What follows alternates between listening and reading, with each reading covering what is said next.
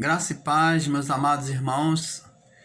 E nesta manhã de feriado,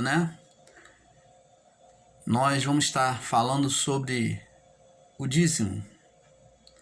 Vamos estar falando sobre o dízimo. O dízimo é um assunto que muitas igrejas evangélicas do sistema religioso têm abordado e têm enganado muitas pessoas com esse assunto do dízimo.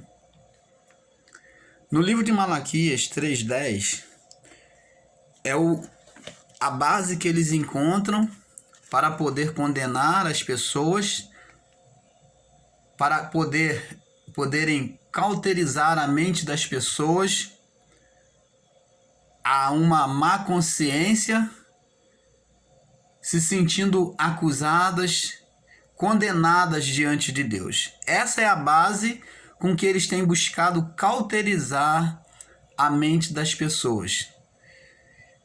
E com isso elas se veem condenadas e reprovadas diante de Deus quando não o fazem o dízimo.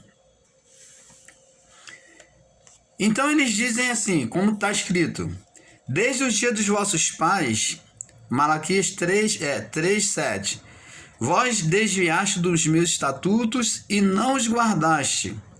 Tornai-vos para mim, e eu me tornarei para vós, diz o Senhor dos Exércitos. Mas vós dizeis, em que havemos de tornar?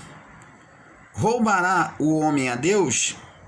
Todavia vós me roubais, e dizeis, em que te roubamos?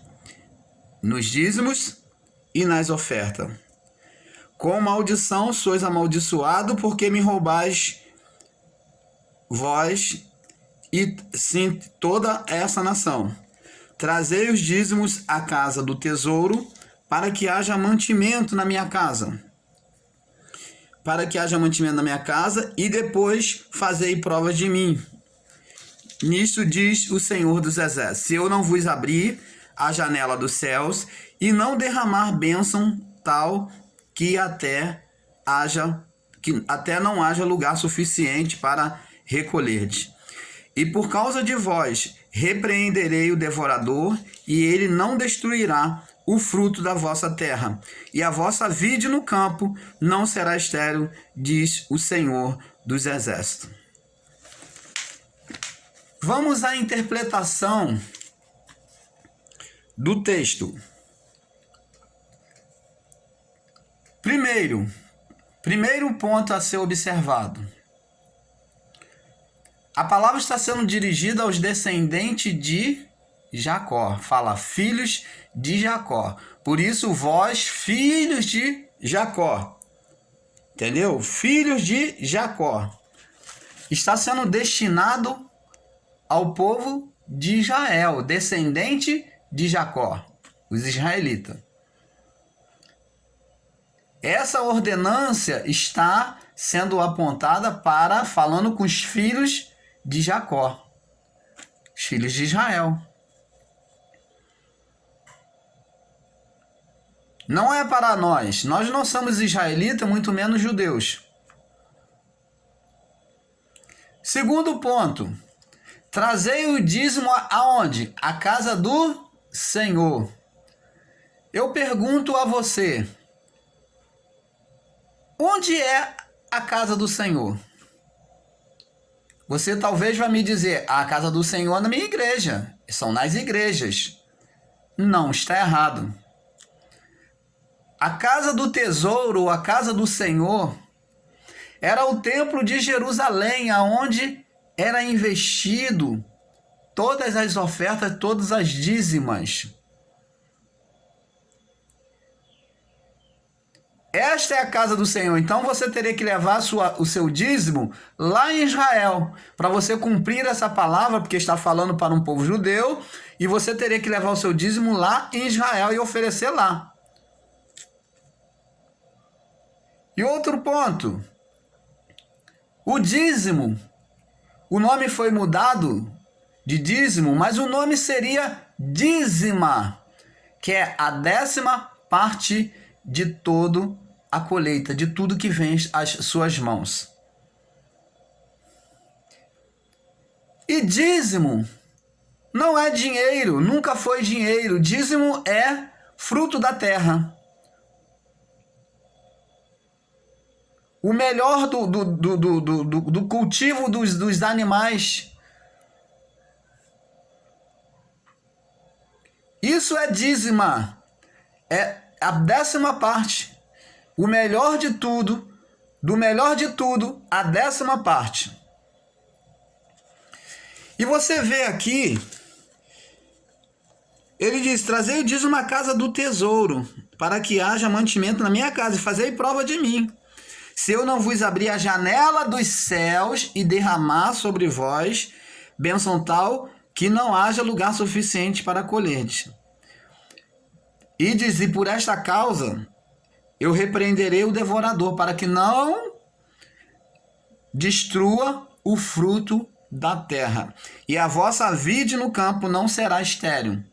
Então aqui está falando do povo de Israel que cultiva uma terra e que depende, se coloca sobre a mão de Deus, dependendo da mão de Deus para abençoar, para trazer a chuva, para irrigar a terra e fazer a frutificação.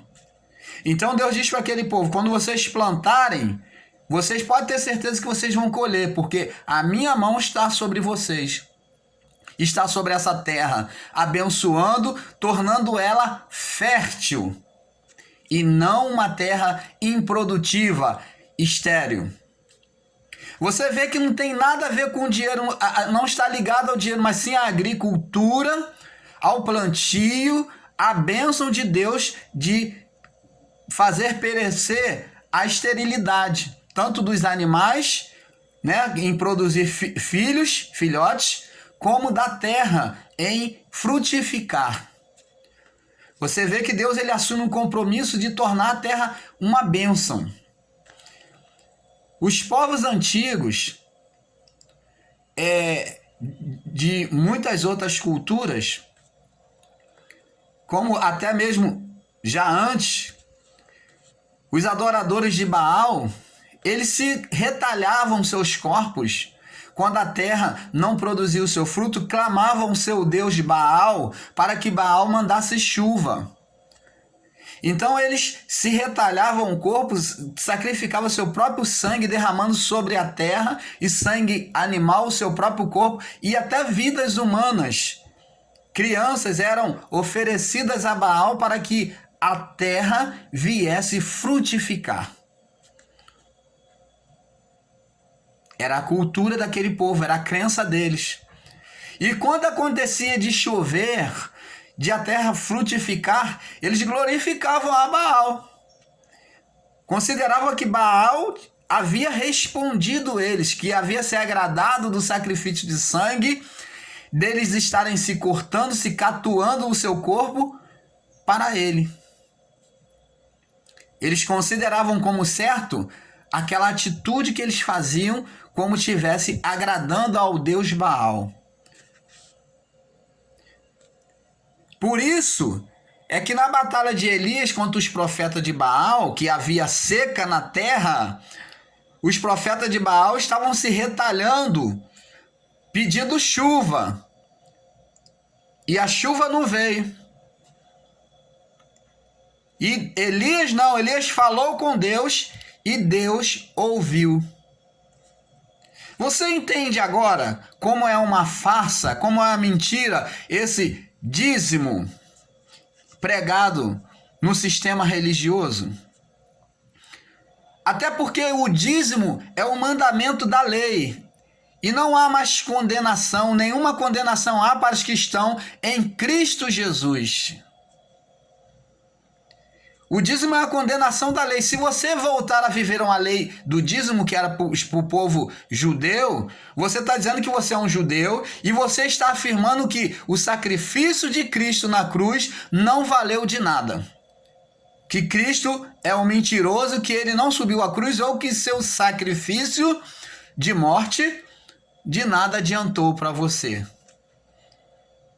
Que você pode se justificar por você mesmo. quem renuncia à graça de Deus, renuncia o sacrifício de Cristo na cruz. Pode até dizer, pode até cantar, pode até confessar que aceita Jesus, pode até dizer que acredita que Jesus morreu na cruz, mas da boca para fora, como diz a palavra, os lábios louvam, mas o coração está longe. Muitas das vezes é possível nosso lábios louvar e o nosso coração não acreditar, não crer de fato e de verdade nas promessas de Deus. Então, quem renuncia à graça de Deus, não acredita no perdão expiatório de Cristo na cruz, que lavou-nos dos nossos pecados, que não há mais condenação diante de Deus das nossas vidas. Quem não acredita que a morte já não tem mais peso sobre a nossa vida, que nós somos salvos e salvos para sempre, não acredita que Jesus morreu na cruz. Invalida o sacrifício dele na cruz.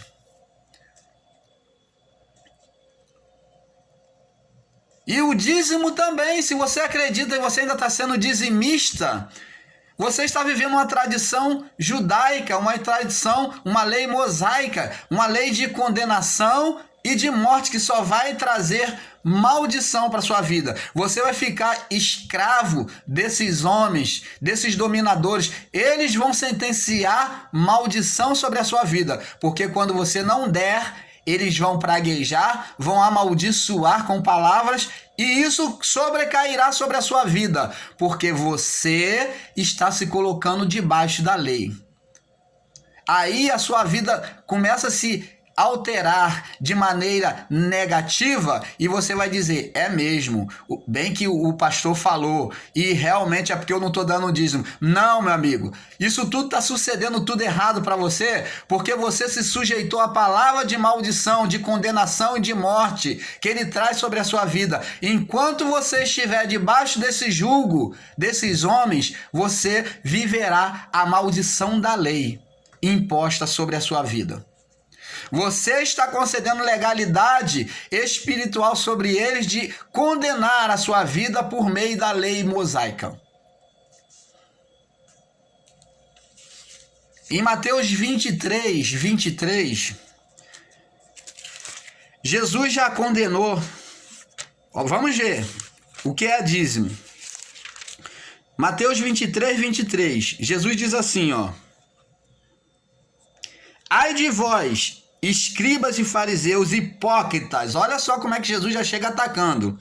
São mentirosos, hipócritas. Hipócrita é aquela pessoa que faz cena. Ela mostra uma coisa que não é. Ela é como uma representação artística. Ela é mentirosa. Ai de vós, escribas e fariseus hipócritas, que dizimais a hortelã, o endro e o cominho, e desprezais o mais importante da lei, o juízo, a misericórdia, a fé. Deveis, porém, fazer essas coisas e não omitir aquelas. Então, o que Jesus está dizendo para esses homens? Vocês são mentirosos, vocês são hipócritas. Vocês contam todas as folhinhas do hortelã, vocês contam todos os galinhos ali para dar o dízimo certinho, até das folhinhas do hortelã, do cominho e do endro. Vocês têm o trabalho de contar para dar o dízimo ser correto no dízimo. Porém, vocês não observam o mais importante, que é a misericórdia, que é o amor e o juízo e a fé.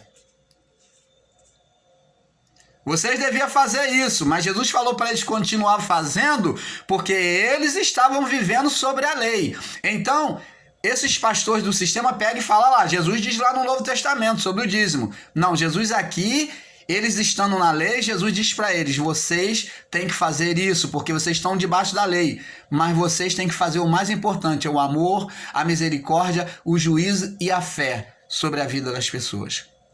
Que a paz de Deus esteja em cada coração, irmãos. Nós vamos prosseguir em nome de Jesus.